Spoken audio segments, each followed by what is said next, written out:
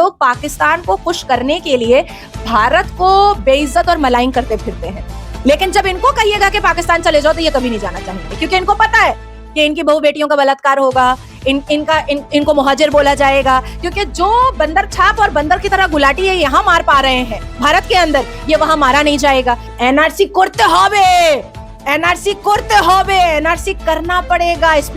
नमस्कार, मैं एकता जद खबर एक्सप्रेस न्यूज में आपका स्वागत है। मैं इस वक्त मौजूद हूँ पश्चिम बंगाल में और मेरे साथ इस वक्त है नाजिया इलाही खान मैम। तो आइए हम उनसे जानेंगे कि अब जो है ज्ञान वापी में भी जो है वो ज्ञान वापी के तहखाने में जो है वो पूजा का आदेश दे दिया गया है, पूजा करने का आदेश दे दिया गया है और एक बार फिर जो है वो मुस्लिम पक्ष के दलील को जो है वो खारिज कर दिया गया है। तो मैम बहुत बहुत स्वागत है आपका हमारे चैनल में।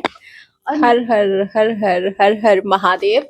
और मेरी तरफ से, नाजिया इलाही खान की तरफ से भारत के सभी सनातनियों को एक बार फिर से मुबारकबाद। 22 जनवरी को तो मैंने मुबारकबाद दिया ही, और एक बार फिर से मुबारकबाद 1 फरवरी को के ज्ञान वापी में भी पूजा आराधना हो गई और माता श्रृंगार गौरी जी की पूजा हो गई। तो मुझे बहुत खुशी हुई है, बहुत ज्यादा खुशी हुई है। मैम अगर देखा जाए तो कहीं ना कहीं कि आपको ये नहीं लग रहा है लगातार इस तरह से जो है मुस्लिम पक्ष के दलीलों को अगर खारिज किया जाए तो मुस्लिम पक्ष जो है इस चीज को लेकर जो है भेदभाव उनके मन में पैदा हो जाएगी? देखिए, मुझे आज कोई उठ करके कहेगा कि नहीं नाजिया जो है वो मर्द है, तो मैं क्या कहूंगी कि मेरी जांच करा लो, मेरा टेस्ट करवा लो, मैं प्रॉपर प्योर लड़की हूँ, एक बच्चा भी जन्म दिया है, ठीक है। तो उसी तरीके से मुसलमान पक्षों के पास अगर बाबरी मस्जिद का या ज्ञानवापी मस्जिद का अगर कोई भी प्रूफ है तो उस प्रूफ के लिए अभी भी कोर्ट का दरवाजा खुला हुआ है, चले जाएं, दिखा दें, है ना। असदुद्दीन अवैसी साहब 2 शेरवानी है इस देश में, एक शेरवानी साहिबा है और एक शेरवानी यूनिफॉर्म वाले हैं अवैसी साहब। दोनों हर वक्त मुंह से टर टर टर टर करते रहते हैं, लेकिन उन बातों में कोई भी पेचीदगी या कोई भी जहानत नजर नहीं आती है। अवैसी साहब तो भाई डिग्री है बैरिस्टर की, उनको भी पता है कि कानून जो है, कोर्ट जो है वो प्रूफ के आधार पर चलता है, शरिया और इस्लामिक लॉ पर या जज्बात पर नहीं चलता है।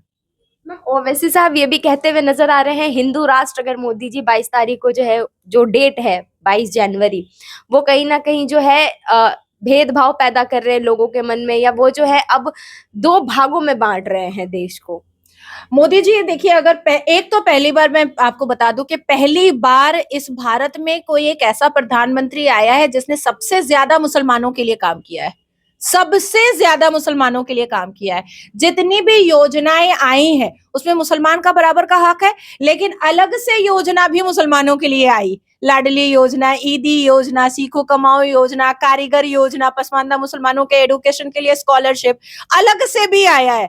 तो कोई सनातनी तो आकर के कंधे पे चढ़ नहीं रहा है कि क्यों आप अलग से योजनाएं निकाल रहे हैं। मुसलमान महिलाओं की सेफ्टी सिक्योरिटी और उनके सेल्फ रिस्पेक्ट के लिए सबसे ज्यादा काम मात्र भारत के प्रधानमंत्री मोदी जी ने किया है, इसके अलावा तो किसी ने किया ही नहीं था।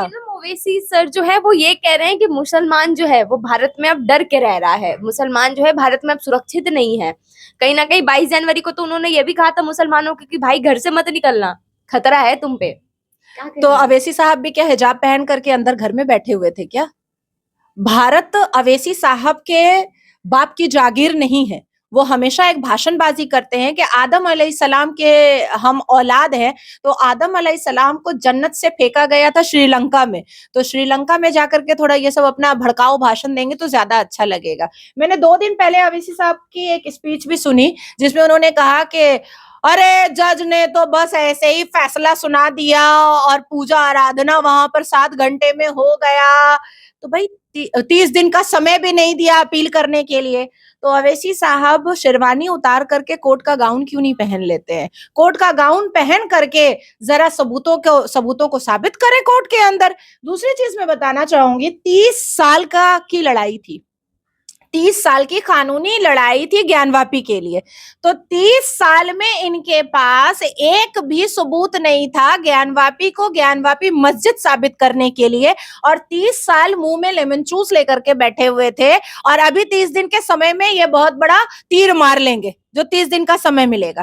फिर भी मैं उनको, वो बैरिस्टर है, बहुत ज्यादा पढ़े लिखे हैं, बहुत ज्यादा काबिल हैं, बहुत ज्यादा तेज बोलते हैं, तो मैं उनको याद दिला देना चाहती हूँ कि कोर्ट का दरवाजा अभी भी खुला हुआ है। और सर्वोच्च न्यायपालिका तो 31 जनवरी को जब लोअर कोर्ट ने ये फैसला दिया कि 7 दिन के अंदर वहां पर पूरा पूजा आराधना हो सकती है, तो उसके बाद तो 8 घंटे के अंदर ये सर्वोच्च न्यायपालिका पहुंच चुके थे अपने पूरे टीम के साथ। अंजुमन इंतजामिया पहुंच चुका था। सुबह के 4 बजे सुप्रीम कोर्ट ने बात भी किया। 7 बजे सुप्रीम कोर्ट के रजिस्ट्रार ने कॉल भी कर दिया। भाई हमारे लिए तो कॉल नहीं आता है सुप्रीम कोर्ट के रजिस्ट्रार का। और मैं तो ज्यादातर मुसलमान वुमेन एम्पावरमेंट और उनके जस्टिस के लिए बात करती हूँ, फिर भी नहीं आता है सुप्रीम कोर्ट के रजिस्ट्रार का फोन। लेकिन अंजुमन इंतजामिया को के पास सुप्रीम कोर्ट सर्वोच्च न्यायपालिका के रजिस्ट्रार का फोन आया और तकरीबन 1500 से ऊपर पेजेस जो अंजुमन इंतजामिया ने सर्वोच्च न्यायपालिका को दिया था वो चीफ जस्टिस ने पढ़ा होगा पूरी रात बैठ करके, नींद खराब करके। तभी ना सुबह में 4 बजे बोला कि बोल दो कि इतनी कोई अर्जेंसी नहीं है। तो मैं पूछना चाहती हूँ अवैसी साहब से कि 30 दिन में कौन सा तीर मारने वाले हैं, और अगर कुछ मारने वाले हैं तो एक सप्लीमेंट्री पिटीशन जाकर के जमा कीजिए कि ये सबूत है, ये सबूत के आधार पर ये ज्ञानवापी जो है ये मस्जिद होगी, मंदिर नहीं होगी, क्योंकि 30 साल में तो आप फेल हो गए। अब मैं दूसरी बात बताना चाहती हूँ कि पूरे भारत में जितने भी मुसलमान हैं वो कुतुब मीनार तो घूमने जाते ही होंगे। या अभी इस वक्त जो लोग ये इंटरव्यू सुन रहे हैं और जो लोग बैठे हैं कुतुब मीनार पर, तो कुतुब मीनार जो इतना लंबा है वो सिर्फ देखने और फोटो खींचने के लिए तो नहीं है। उसमें अरबी में कुव्वतुल इस्लाम लिखा हुआ है और जिसमें लिखा हुआ है कि 27 मंदिरों को मुगलों ने तोड़ा था। अब जरा सा खोल लेते हैं इतिहास के पन्नों को। तो इतिहास और हिस्ट्री जो पढ़े हैं हम लोग, हम आप सबको ही जो पढ़ा है, क्लास 10 तक तो पढ़ना ही पड़ता है, तो उसमें औरंगजेब ने 30,000 मंदिरें तोड़ी थी, ये बात तय है। जब हमारे यहाँ मुगल पीरियड हटने के बाद जब ब्रिटिश का रूल आया था, तब उन्होंने भी इंक्वायरी कराई थी कि दिल्ली के उन इलाकों में या लखनऊ के उन इलाकों में जहां पर इतने बड़े बड़े बिजनेसमैन और ज्वेलरी शॉप हिंदुओं की है पर एक भी मंदिर नहीं है। तब उन्होंने इतिहास के पन्ने को खोल करके देखा कि शाहजहां ने कहा था कि जहां जहां पर भी नॉन मुस्लिम धार्मिक जगह है उसको तोड़ करके खत्म किया जाए और उसमें हवेली बनाई जाए, उसमें इमारत बनाई जाए और उसमें शाही ईदगाह, मजार और मस्जिदें बनाई जाए। तो ये तो इतिहास बोल रहा है। ये तो ब्रिटिश का जो बुक्स उन लोगों ने जो किताबें लिखी है वो लोग बोल रहे हैं, मैं तो नहीं बोल रही हूँ। तो अवैसी साहब देखिए, उनकी जो सच्चाई है ना अवैसी साहब की या शेरवानी साहिबा की, जो पाड़ा मोहल्ला की जो जुबान वाली है, खुद वेस्टर्न पहनती है और हिजाब के लिए नारा बुलंद करती है कि सब मिल करके हिजाब पहनो, और आरफा शेरवानी लेकिन जींस पहन सकती है। तो ये लोग जो है ना, ये लोग पाकिस्तान को खुश करने के लिए भारत को बेइज्जत और मलाइन करते फिरते हैं। लेकिन जब इनको कहिएगा कि पाकिस्तान चले जाओ तो ये कभी नहीं जाना चाहेंगे, क्योंकि इनको पता है कि इनकी बहू बेटियों का बलात्कार होगा, इनको मुहाजिर बोला जाएगा, क्योंकि जो बंदर छाप और बंदर की तरह गुलाटी है यहाँ मार पा रहे हैं भारत के अंदर, ये वहां मारा नहीं जाएगा, ये वहां कर नहीं पाएंगे। सिर्फ ज्यादा नहीं 2 महीना आरफा शेरवानी और असदुद्दीन अवैसी पाकिस्तान में ये भाषण दे करके दिखा दे। मैम लेकिन मैं यहाँ पे आपको बोलूंगी, अगर देखा जाए तो कहीं ना कहीं मुसलमानों के मस्जिद को, उनके हिजाब को, अब तो ये भी कहा जा रहा है कि आप हिजाब पहनकर कॉलेज स्कूल नहीं जा सकते हैं। इसको लेकर जो है काफी बच्चियों ने प्रोटेस्ट भी किया है और ये कहते हुए नजर आ रही है कि वो पढ़ाई छोड़ सकती है लेकिन हिजाब नहीं। तो बार बार जो है मुस्लिम कम्युनिटी को इस प्रकार टारगेट करना, ये सिर्फ भाजपा की सरकार में क्यों हो रही है? इससे पहले भी तो सरकार थी और हिजाब तब भी पहनते थे वो लोग। नहीं, मैं तो धन्य हूं कि भाजपा की सरकार ने कम से कम कुरान को समझाने का कोशिश तो किया है सबको, मुसलमानों को। क्योंकि अब भारत के जो मुसलमान है ना, वो पैगाम रसूल की जगह पैगाम मुगल हो चुके हैं। ठीक है, अब मैं आपको बताना चाहती हूँ कि हमारे अल कुरान के 30 पारे का सबसे पहला वर्ड इकरा का आया था, और इकरा का मतलब है पढ़ो। प्रॉफिट मोहम्मद सल्लल्लाहु अलैहि वसल्लम ने कहा था कि इल्म हासिल करनी है तो चीन तक पहुंच जाओ, मतलब एक एग्जाम्पल दिया था। पूरे अल कुरान में हिजाब, अबाया, बोरखा का कहीं पर कोई जिक्र ही नहीं है, कहीं पर कोई जिक्र ही नहीं है। 2-4 बंदर छाप मौलाना बैठेगा टीवी चैनल पर डिबेट पर, बोले सूरह अल नूर में है, सूरह अल नूर में है, नहीं है। सूर्य अल नूर में भी कहीं पर नहीं है। जिलबाब का वर्ड का इस्तेमाल है अरबी में जिलबाब, और उसको इंग्लिश में लूजर आउटफिट कहा जाता है। तो हिजाब तो हमारे कुरान में ही नहीं है। लेकिन हिजाब वो अपने पर्दे के लिए पहनती हैं, तो हिजाब अगर अपने पर्दे के लिए पहनना चाहे तो गलत क्या है इसमें? आप नंगी हैं क्या? आप जो मेरे पास मेरे चेंबर में आई हैं तो नंगी आई हैं क्या? अश्लीलता का बाजार खोली हुई है क्या? मैंने जो पहना हुआ है वो क्या अश्लीलता का बाजार है क्या? हर एक जगह का यूनिफॉर्म होता है और उस यूनिफॉर्म को मानना पड़ेगा, और जो नहीं मानेगा वो मुस्कान की तरह करोड़ों रुपए लेकर के किसी पार्टी से दुबई में शिफ्ट हो जाए। हमें क्या मतलब है? हमें तो कोई मतलब नहीं है। एकदम रास्ता नाप लीजिए। रहना है तो संविधान मानिए, नहीं रहना है तो भीड़ कम कीजिए भारत से। दूसरी बात मैं कहना चाहूंगी आपको कि हिजाब पहनेंगे तो ही हम शर्म वाले हैं, और हिजाब नहीं पहनेंगे तो हम बेशर्म हो जाएंगे। अच्छा, इस्लाम में एक तो मिनट, यही एक कहा मिनट, जाता है। एक मिनट। तो फिर इमाम बुखारी की बहू हिजाब क्यों नहीं पहनती है, जो हिंदू बहू लेकर आया है? उमर अब्दुल्ला की बीवी हिजाब क्यों नहीं पहनती है, जो हिंदू बहू लेकर के वो आया है? हिंदू है ना। तो अब वो काफिर नहीं है? अब वो काफिर नहीं है? वाह रे वाह, मतलब चित भी आपका पट भी आपका है। ऐसा नहीं चलेगा, अब नहीं चलेगा। ये नया भारत है। यहाँ पर अब हम जैसे मुसलमान अब फ्रंट आकर के खड़े हुए हैं। अगर असदुद्दीन अवैसी एक आयत पढ़ेगा तो नाजिया इलाही खान में इतनी ताकत है कि मैं 10 आयत बिना सांस रोके पढ़ के सुना दूंगी, और ट्रांसलेशन के साथ।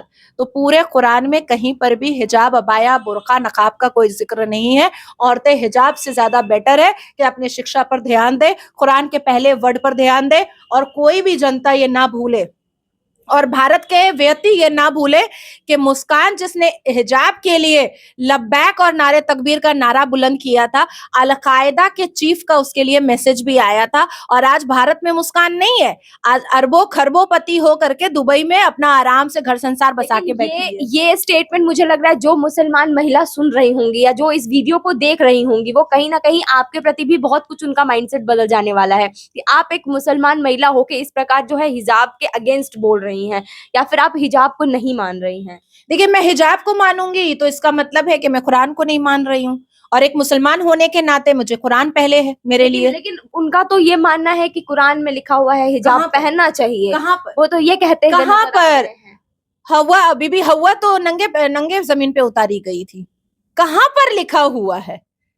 मैं तो एक नहीं, आज से नहीं, मुस्कान के वक्त से लेकर के 2024 आ गया भाई। मैं तो तब से पूछ रही हूँ कि मुझे बता दो कि कुरान के कौन से पारा और कौन से सूरा नंबर पर कौन से वर्सेस पे लिखा हुआ है। आपको क्या लग रहा है जो हिजाब का जो चलन है वो बंद होना चाहिए, क्या लग रहा है? देखिए, जिसकी मर्जी है पहने, जिसकी मर्जी है ना पहने, किसी को कोई फोर्स नहीं करे। लेकिन कोर्ट के अंदर यूनिफॉर्म होता है, पायलट का अपना यूनिफॉर्म होता है, पुलिस ऑफिसर का अपना यूनिफॉर्म होता है, स्कूल का अपना यूनिफॉर्म होता है, कॉलेज का अपना यूनिफॉर्म होता है। हर एक जगह का अपना एक अलग यूनिफॉर्म होता है, और उस यूनिफॉर्म को, उस रूल रेगुलेशन को मानना पड़ेगा, हर हाल में मानना पड़ेगा। जो नहीं मानना चाह रहा है तो भाई वो सीरिया जा सकता है, उससे कोई प्रॉब्लम नहीं है। मैंने पाकिस्तान का नाम इसलिए नहीं लिया क्योंकि पाकिस्तान की महिलाएं तो हमसे भी ज्यादा ओपन माइंडेड है। हम तो फिर भी शर्म और लिहाज के दायरे के अंदर है। पाकिस्तान की मेकअप पोती हुई लड़कियों को जब आप देखिएगा तो आंखें फटी की फटी रह जाएंगी। वहां हिजाब फिजाब कुछ नहीं है, कुछ भी नहीं है। इस्लामिक देश है पाकिस्तान। तो इसलिए मैंने कहा कि जिन जिन लड़कियों को हिजाब पहनना है, बराए मेहरबानी सीरिया का टिकट कटा ले। मैम एक आखिरी सवाल होगा आपसे मैम। मुख्यमंत्री हेमंत सोरेन वो 5 दिनों से भागे हुए थे, लापता थे, और अभी वो वापस आए हैं और अपना जो है वो अपना बात वो सबके सामने रखे हैं। तो उनका लापता होना या अचानक खुद सामने आ जाना, इसको आप किस तरीके से देखती हैं?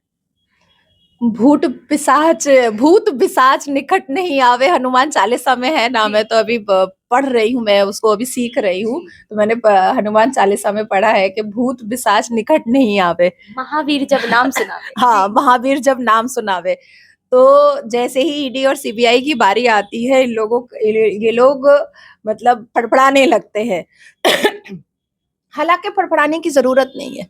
आप अगर चोर हैं तो भाग रहा सही है, और अगर चोर नहीं है तो फेस करे। इसी पश्चिम बंगाल में 2021 में मुझे डिटेन किया गया था, इसी पश्चिम बंगाल में।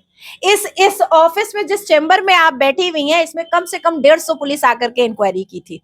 मानो जैसे मैं उसामा बिन लादेन की बीवी थी। इस तरीके से मेरा इन्वेस्टिगेशन हुआ था। लेकिन मैंने सर ऊंचा करके मैंने सारी दिक्कतों का सामना किया और बजाफ्ते कोर्ट से, वो भी लोअर कोर्ट से, कोई हाई कोर्ट या अपर कोर्ट या जज कोर्ट नहीं गई थी, मैं लोअर कोर्ट से बेल लेकर के आई। और अब हालत ऐसी है कि जिसने कंप्लेन किया है वो मुंह छुपाए फिर रहा है हिजाब में, वो मुंह छुपाए फिर रहा है हिजाब में, क्योंकि उसके पास सवाल का जवाब ही नहीं है। तो उसी तरीके से मुझे लगता है कि जो लोग भागते हैं, या बंगाली में जारा पालाए तारा चोर आचे, ठीक है। अब मैं बोलना चाहूंगी कि लेफ्ट फ्रंट चोर है, ये किसने बोला था? ममता बनर्जी ने बोला था।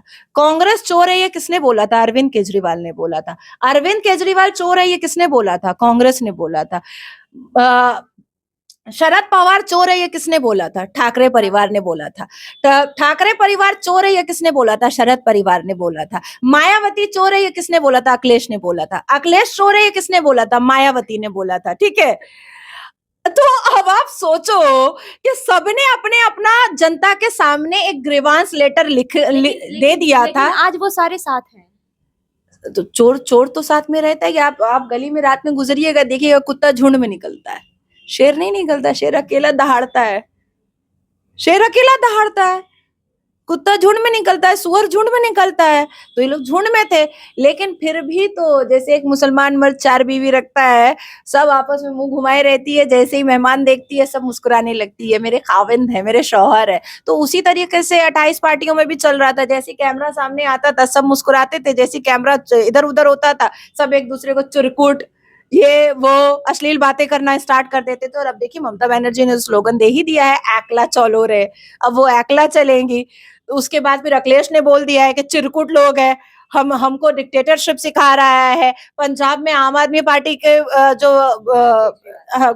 आम आदमी पार्टी के जो वहां पर चीफ मिनिस्टर बने हैं, उन्होंने बोल दिया है कि नहीं हम तो अकेले लड़ेंगे भाई। तो सब तो अब सौतन की तरह एक दूसरे से खिलाफ हो ही गया है। देखिए, जो जनता का पैसा चोरी किया है, जो जनता को धोखा दिया है, जो जनता के साथ बिट्रे किया है, जो जनता के साथ डिसलॉयलिटी किया है, जो जनता का ओबीडियंट नहीं रहा है, उसके लिए जेल की सलाखें ही होती हैं। लेकिन मैम अगर हम देखें, अगर पूरे वाकया को देखा जाए तो पहले जो है वो नीतीश कुमार जी बीजेपी में होते हैं, फिर बीजेपी से आरजेडी में जाते हैं और वापस जो है वो बीजेपी के पास आते हैं। तो अमित शाह जी जो है वो ओपन मंच पे ये कहते हुए नजर आए थे कि अब जो है वो नीतीश कुमार को हम वापस अपने साथ नहीं लाएंगे, चाहे कुछ भी हो जाए, उनके लिए बीजेपी का दरवाजा बंद है। पता नहीं बीजेपी की क्या मजबूरी थी, उन्होंने नीतीश कुमार जी को जो है वापस से बीजेपी अपने साथ ले ली है। तो आपको क्या लग रहा है, नीतीश कुमार जी जैसे ही बीजेपी में आए, लालू के घर पे ईडी, हेमंत सोरेन ईडी, मतलब सबके घर पे जो है इस तरह से ईडी का जो अभी लग रहा है, ऐसे ईडी हर जगह छाई हुई है। तो क्या नीतीश कुमार के केस को ईडी से जोड़ना सही है? नहीं, लालू प्रसाद यादव के पूरे परिवार को ईडी का सम्मन कोई नया तो नहीं आया है, तो बहुत पुराना है। लेकिन नीतीश कुमार जी के शपथ ग्रहण करने के एग्जैक्ट नेक्स्ट डे मैं आपको पूरा डिटेल बता दे रही हूँ कि लालू प्रसाद क्या चारा घोटाला में नहीं गए थे जेल? क्या ईडी का सम्मन तेजस्वी यादव को 2021 में नहीं आया था? 2019 में नहीं आया था? आया था, बिल्कुल आया था। अब आप मुझे एक बात बताइए कि खड़गे जी ने नीतीश कुमार को समझाने के लिए कि गठबंधन ना तोड़े कितनी बार फोन किया? 101 बार। ठीक है, कांग्रेस के अलग अलग अधिकारियों ने कितनी बार फोन किया? 50 से ऊपर जो मीडिया में आ गया, नेशनल न्यूज में आ गया। अमित शाह जी ने कितनी बार फोन किया? एक बार भी नहीं किया होता तो वो भी फोन में आता। ठीक है, झुक करके कोई सामने आया है तो उसको एक्सेप्ट कर लिया गया है, एक्सेप्ट किया गया है। हाँ, बीजेपी का कोई फायदा है? देखिए, बीजेपी अकेला काफी है, बीजेपी अकेला काफी है, बीजेपी को किसी की जरूरत नहीं है, क्योंकि बीजेपी के पास जनता है। हर हाल में बीजेपी के पास जनता है। इस नए भारत को, इस बढ़ते हुए भारत को, इस फलते फूलते हुए भारत को जनता बहुत पसंद कर रही है, बहुत पसंद कर रही है। जनता को मोदी जी तीसरी बार नहीं 300 बार चाहिए, 300 बार चाहिए। नीतीश कुमार ने क्या कहा था? मर जाएंगे लेकिन बीजेपी नहीं ज्वाइन करेंगे। तो काहे आए आप? काहे आए आप? बिल्कुल सही बात है ना? सिर्फ एक तरफ का स्टेटमेंट मत देखिए, दूसरी तरफ का भी देखिए। 3 महीना अपने लोगों को नीतीश कुमार बैठा करके रखे हुए थे दिल्ली में। ठीक है, वो बात हो गई। नीतीश कुमार ने सबसे ज्यादा आवाज बुलंद किया था कि सर्वे होना चाहिए भाई ओबीसी का और इसका उसका सबका सर्वे होना चाहिए। मैंने सुप्रीम कोर्ट के अंदर से सबसे पहले कहा था कि मुसलमान के 72 फिरका का भी सर्वे होना चाहिए, और जब वो वायरल हुआ और जब उस पर मैंने काफी लेटर्स बहुत ऊंची ऊंची जगह पर भेजा कि भाई जब ओबीसी का सर्वे हो सकता है तो मुसलमान 72 फिरका का सर्वे क्यों नहीं हो सकता है, तब जाकर के बहुत लोगों को समझ में आया कि भैया अब तो मुसलमान टूट जाएगा 72 फिरका, क्योंकि हम तो 17 करोड़ का राग अलाप रहे हैं। कहीं ऐसा ना हो कि हम 1 करोड़ भी ना बचे तो हमारी कोई औकात ही नहीं रह जाएगी। उसके बाद फिर तेजस्वी यादव ने क्या किया, यादव की बेटियों के मुंह पर थूक करके क्रिश्चियन लड़की से शादी कर लिया। नीतीश कुमार को यह भी समझ में आ गया कि अब तो ये सुअर का गू हो चुका है, ना निपने के काबिल है ना पोतने के काबिल है। अब तो यादव समाज जो है वो तो लालू प्रसाद यादव को कभी भी वोट करेगा नहीं, क्योंकि इसका बेटा जो है वो क्रिश्चियन लड़की को लेकर के आया, सांता क्लॉज के साथ क्रिसमस मनाया गया है, और भगवान राम के अगेंस्ट में अभद्र टिप्पणियां की गई हैं, और भाषणबाजी कौन किया है, बड़ा बेटा, पगला बेटा, उसके सपने में भगवान राम आ गया जो अपनी बीवी को इज्जत नहीं दे पाया। तो देखिए बहुत सारी चीजों को नीतीश कुमार ने ऑब्जर्व किया। देखिए नीतीश कुमार कोई सड़क छाप नेता नहीं है, इतने साल चेयर पे टिके रहना ये बहुत बड़ी बात है, और लालू प्रसाद यादव के अंदर डिक्टेटरशिप हमेशा से रहा है, और लालू प्रसाद यादव क्रिमिनल माइंडेड लोगों को रोटी बोटी पनाह हमेशा से बिहार में देते आए हैं। बिहार में मेरा एक बहुत बड़ा मैटर चल रहा है पटना डिवाइन हॉस्पिटल पर। अब वो हॉस्पिटल ऐसे एक नहीं, कम से कम 100 हॉस्पिटल में पटना में तोड़वाऊंगी, जिसमें 3 तल्ला हॉस्पिटल है और 2 तल्ले में घर और किटी पार्टी होता है, नाच गाना होता है। तो ऐसा पटना में अब टूटेगा हॉस्पिटल। तो क्राइम बहुत हो रहा था जो नीतीश कुमार से भी बर्दाश्त नहीं हो रहा। क्या लग रहा है अब नीतीश कुमार जो है वो वाकई में बीजेपी का हाथ थामे आगे चलेंगे, या फिर उनका मन हुआ तो वो वापस लालू जी का हाथ थामेंगे? वो देखिए औकात तो किसी की कभी भी दिखाई जा सकती है। अगर फिर से भरोसा किया गया है और उनको लिया गया है तो जरूर कुछ ना कुछ सुपीरियर लीडर्स के बीच में बात हुई होगी, और अगर अब फिर से वो इधर से उधर फुदक करके जाएंगे तो उसका भी कोई ना कोई रिपार्केशन दिखाई देगा ही, बिल्कुल देगा। मैम एक आखिरी सवाल बस आपसे अब मैं पूछूंगी। मैम अब जो है उत्तराखंड ऐसा पहला राज्य बन चुका है जहां जो है यूसीसी लागू हो चुका है, और पश्चिम बंगाल की मुख्यमंत्री ये कहते हुए नजर आ रही है वो जो है पश्चिम बंगाल में सीएए यूसीसी जैसा कुछ कानून नहीं चलने देंगी। तो क्या लग रहा है आपको, ये हर एक राज्य के जो मुख्यमंत्री हैं या लोग हैं इस चीज को एक्सेप्ट कर पाएंगे? सबसे पहले तो मैं उत्तराखंड की तमाम माता बहनों को और खास करके अपनी मुसलमान बहनों और बेटियों को मैं कॉन्ग्रेचुलेट करना चाहूंगी, बधाई देना चाहूंगी, क्योंकि यूसीसी एक ऐसी चाबी है जिसकी वजह से मुसलमान बेटियों को, मुसलमान महिलाओं को सबसे ज्यादा फायदा होने वाला है, सबसे ज्यादा। क्योंकि हमारे पास उत्तराधिकारी का प्रोविजन नहीं था, हमारे पास अडॉप्टेशन का प्रोविजन नहीं था जो मानवता की सबसे पहले सीढ़ी है, लेकिन 4 बीवी रखने का प्रोविजन था, 4 सेक्स टॉय रखने का।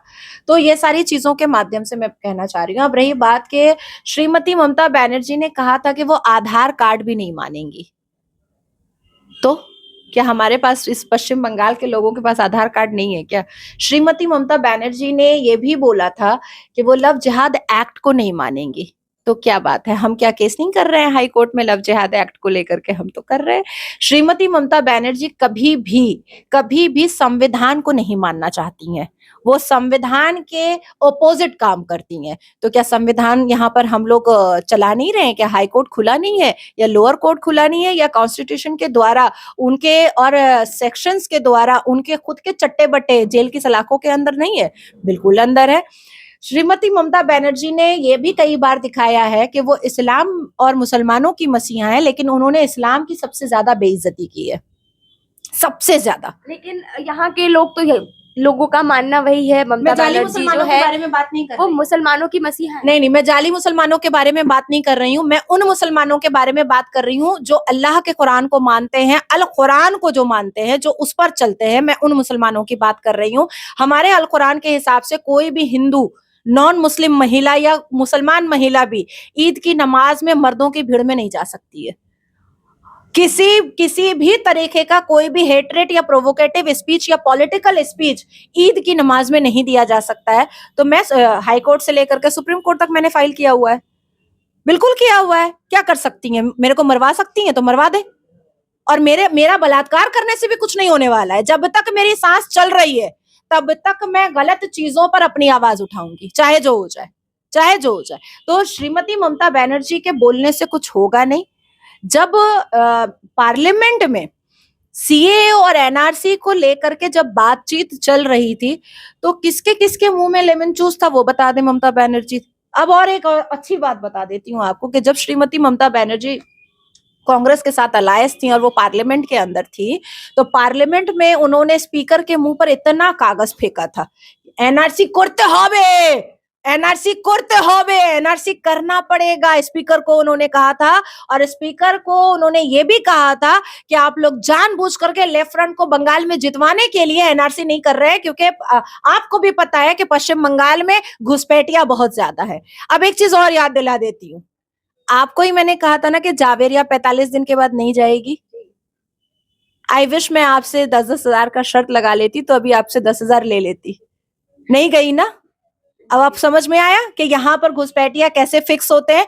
और अब मैं आपको ये भी शर्त लगा दे रही हूँ कि कोई ना कोई मुसलमान नेता उसको आधार कार्ड भी और वोटर आईडी कार्ड भी बना के देगा अपने अपने एमएलए और मंत्री के लेटर हेड पर, ये भी मैं बना के दे रही हूँ। तो ऐसे लोगों को निकालना हमारा कर्तव्य है। पश्चिम बंगाल से घुसपैठिया निकालेंगे और कोई नहीं रोक पाएगा। ज्ञानवापी में तो पूजा भी शुरू हो गया है और इसके साथ साथ जो है हम अभी काफी राजनीतिक मुद्दों से रिलेटेड भी हमने आपको मैम का पॉइंट ऑफ व्यू बताया है। तो आपका जो ओपिनियन है वो हमें कमेंट बॉक्स में जरूर बताएं। वीडियो को लाइक करें और चैनल को सब्सक्राइब करना बिल्कुल ना भूलें।